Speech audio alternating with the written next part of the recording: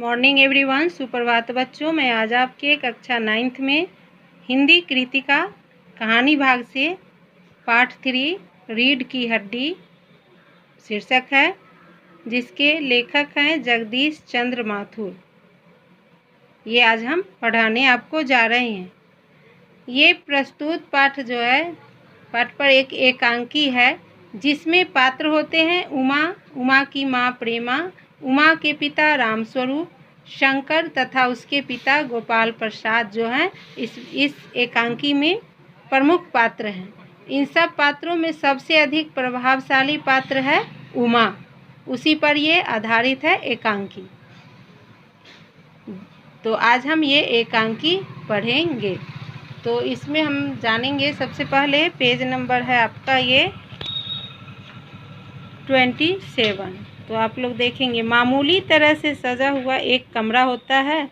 अंदर के दरवाजे से आते हुए जिन महाशय की पीठ नज़र आती है वे अधेड़ उम्र के मालूम होते हैं। एक तख्त को पकड़े हुए पीछे की ओर चलते चलते वे कमरे में आते हैं। तख्त, दूसरा सिरा तख्त का उनके नौकर ने पकड़ रखा है। अब आगे पढ़ेंगे। बाबू, अबे धीरे धीरे चल, अब तख्त तो उधर मोड़ दे, उधर, बस बस।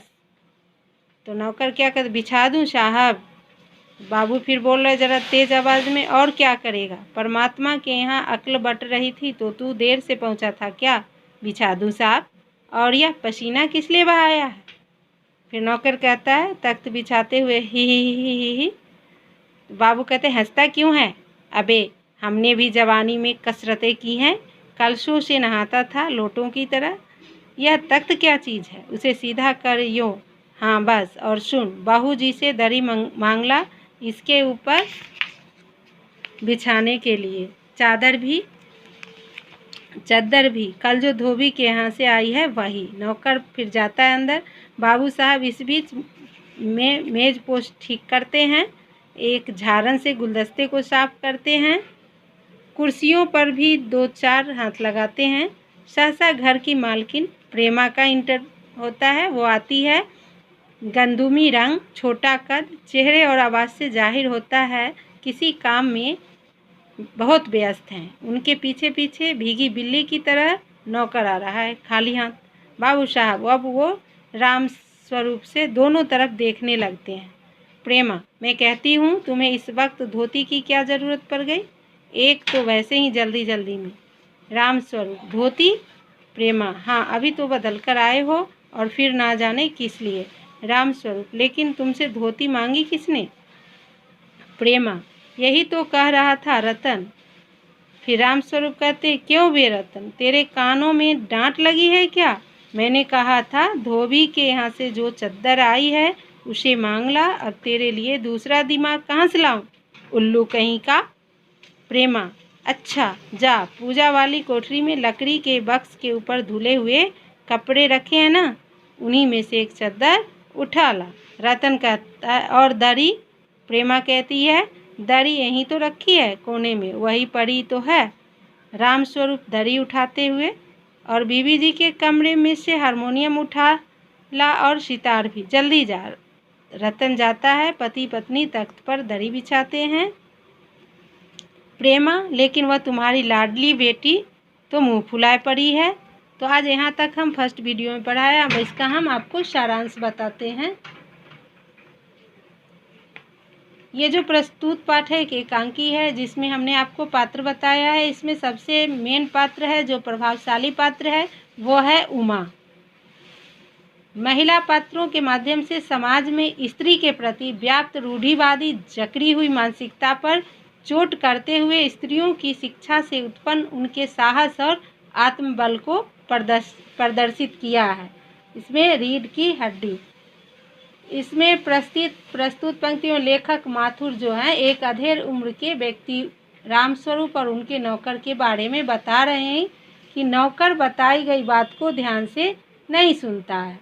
जो कुछ उससे करने के लिए कहा जाए वो उसका उल्टा ही करता है और इसलिए उसे बार बार डांट खानी पड़ती है।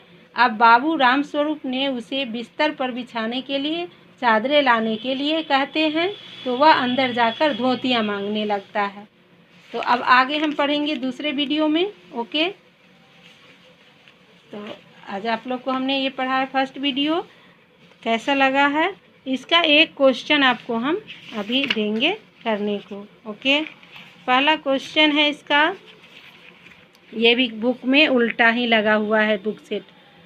पहला क्वेश्चन आप देख सकते हैं, राम स्वरूप और गोपाल प्रसाद बात बात पर एक हमारा ज़माना था कहकर अपने समय की तुलना वर्तमान समय से करते हैं।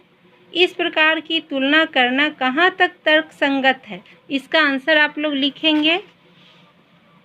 रीढ़ की हड्डी है पार्ट 3। पहला क्वेश्चन का आंसर, राम स्वरूप और गोपाल प्रसाद बात बात पर अपने समय की तुलना वर्तमान समय से करते हैं।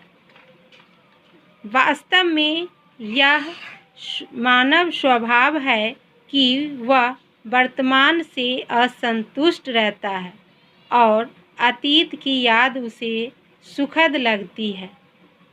समय के अनुसार व्यक्ति एवं समाज में परिवर्तन होता रहता है। ओके, व्यक्ति का जीवन स्तर, विचार, आदर्श आदि सभी चीज़ें परिस्थिति के अनुसार बदलती रहती है। अतः अतीत से वर्तमान की तुलना करना तर्कसंगत नहीं है। अब हम थोड़ा देर वीडियो रोकते हैं, आप लोग इसका आंसर देख लें या फिर से हम बोलते हैं, सुन लें। राम स्वरूप, और क्वेश्चन है ना आपका है कि राम स्वरूप और गोपाल प्रसाद बात बात पर एक हमारा ज़माना था कहकर अपने समय की तुलना वर्तमान समय से करते हैं। इस प्रकार की तुलना करना कहाँ तक तर्कसंगत है? तो उसी का आंसर है, फिर से हम बोल रहे हैं, राम स्वरूप और गोपाल प्रसाद बात बात पर अपने समय की तुलना वर्तमान समय से करते हैं। डैश, वास्तव में यह मानव स्वभाव है कि वह वर्तमान से असंतुष्ट रहता है और अतीत की याद उसे सुखद लगती है। समय के अनुसार व्यक्ति एवं समाज में परिवर्तन होता रहता है। व्यक्ति का जीवन स्तर, विचार, आदर्श आदि सभी चीज़ें परिस्थिति के अनुसार बदलती रहती है। अतः अतीत से वर्तमान की तुलना करना तर्कसंगत नहीं है। तो ये हो गया आपका एक क्वेश्चन आज हमने दिया है, तो इसको आप लोग अपनी कॉपी में चैप्टर 3 में लिखेंगे और याद करेंगे। फिर मिलेंगे हम सेकेंड वीडियो में। इससे पहले आप लोग ये पूरा पढ़ेंगे, अच्छा एकांकी है, अच्छा लगेगा। फिर हम सेकेंड वीडियो में मिलेंगे। धन्यवाद।